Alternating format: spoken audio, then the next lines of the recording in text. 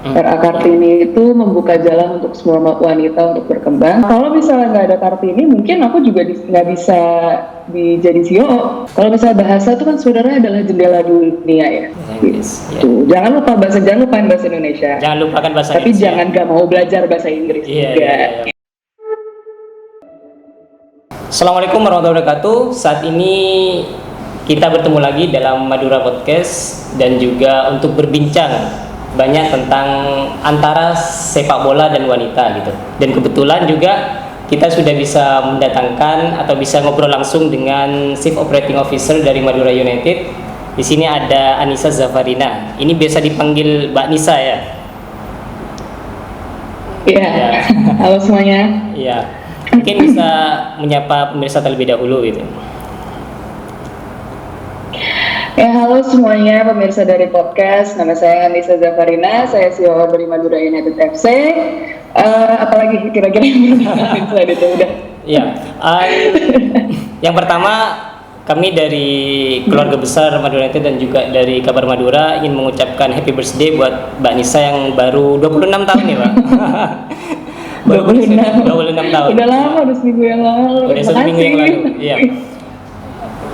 Usia di 26 di sepak bola itu kan usia-usia produktif ya. Kalau pemain. Kalau sebagai CEO itu usia 26 itu kan usia masih muda itu seperti apa melihat itu gitu. Apa memang ada rasa minder atau tidak, atau memang udah pede gitu sebenarnya di usia 26 tahun ini? Kalau minder enggak sih ya. Mungkin minder dari sisi pengalaman mungkin ya. Tapi kalau dari masalah pendidikan, kalau dari masalah kemampuan pasti enggak sih. Cuman masalah pengalaman aja, karena aku mempunyai pengalaman yang jauh lebih sempit ya, dan jauh lebih sebentar daripada direktur dan CEO yang lain gitu loh di sepak bola. Tapi itu aja sih paling. Kalau pede aja sih. Berarti sebenarnya hanya sebatas pengalaman saja gitu untuk butuh lebih banyak. Ini kan hari ini bertepatan dengan Hari Kartini gitu. Dan tidak banyak juga di dunia sepak bola yang itu digandrungi oleh para perempuan.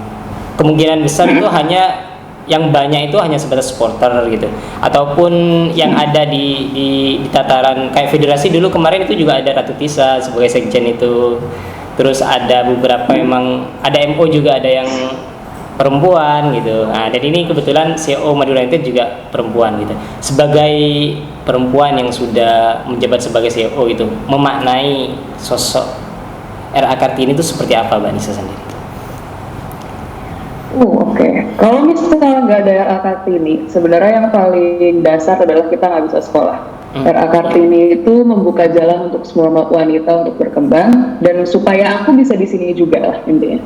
Supaya wanita itu bisa dilihat sebagai sebagai manusia yang juga bisa belajar, juga manusia yang juga bisa berkontribusi, berkreativitas, dan juga mempunyai peran yang penting gitu di masyarakat, di perkembangan ekonomi, di perkembangan zaman, di semuanya gitu.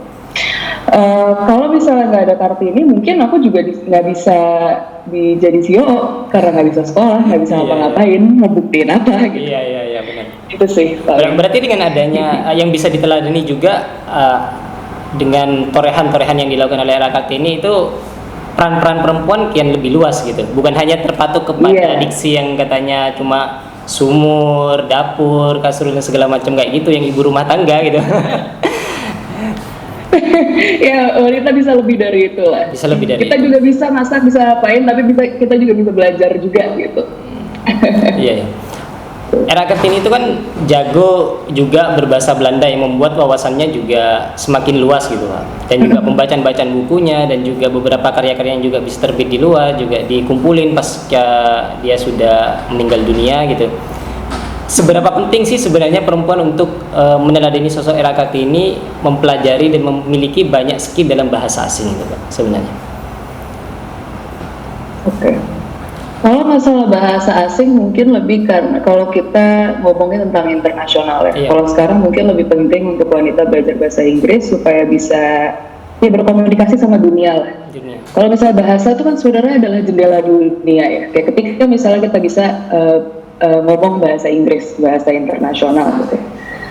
Gak ada kemungkinan yang tertutup buat kita, buat wanita. Kita bisa ngomong sama siapa aja. kita bisa berdebat sama siapapun, dan kita bisa berkreasi gitu lah, dengan bentuk apapun gitu. Jadi yang harus saya dipelajarin adalah jangan menutup gini, nasionalis itu boleh, cinta sama bahasa Indonesia itu boleh, tapi ini adalah era globalisasi. Kalau kita mau berkembang, kita juga harus ikut berkembang dengan yang lain. Oh iya. Bisa harus melihat jendela dunia juga gitu. Dengan cara hal yang paling gampang adalah dengan belajar bahasa Inggris. Gitu. Jangan lupain bahasa Indonesia. Jangan lupakan bahasa Tapi Inggris. jangan gak mau belajar bahasa Inggris juga. Gitu. Agar wawasannya lebih luas. Jadi CEO Madura United ini udah mahir nggak bahasa Inggris? Iyalah. Aku nggak lulus UEFA. Siapa tahu ya. Coba dulu bisa menyapa pemirsa dengan pakai bahasa Inggris dan ngomong sedikit tentang tentang sepak bola dengan pakai bahasa Inggris. Coba seperti apa, Pak? Okay. So hello everyone, my name is Anissa Zafarina. I'm a Chief Operating Officer of Madura United FC, and I'm also an alumni of UEFA Certificate of Football Management Program back in 2020. So what am I going to talk about our football? Okay, so what I do in Madura United FC is basically like I have to handle about external things, mainly about sponsors and the media, and whatever we're doing in the social media aspects and the advertising. Other than that, I do also manage the technological aspects like applications, websites, and everything that relates to the club in such an external way. So, hebat ternyata. Cukup nggak? Ya, selain bahasa Inggris, bahasa apa lagi yang Mbak Nisa udah mulai pelajari atau sudah tahu gitu?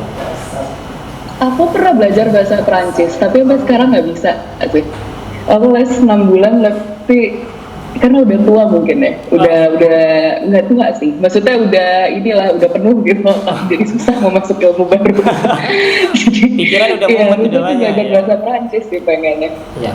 Mungkin ada beberapa diksi yang bisa disampaikan dalam bahasa Prancis sedikit, mungkin ada diksi yang ingat.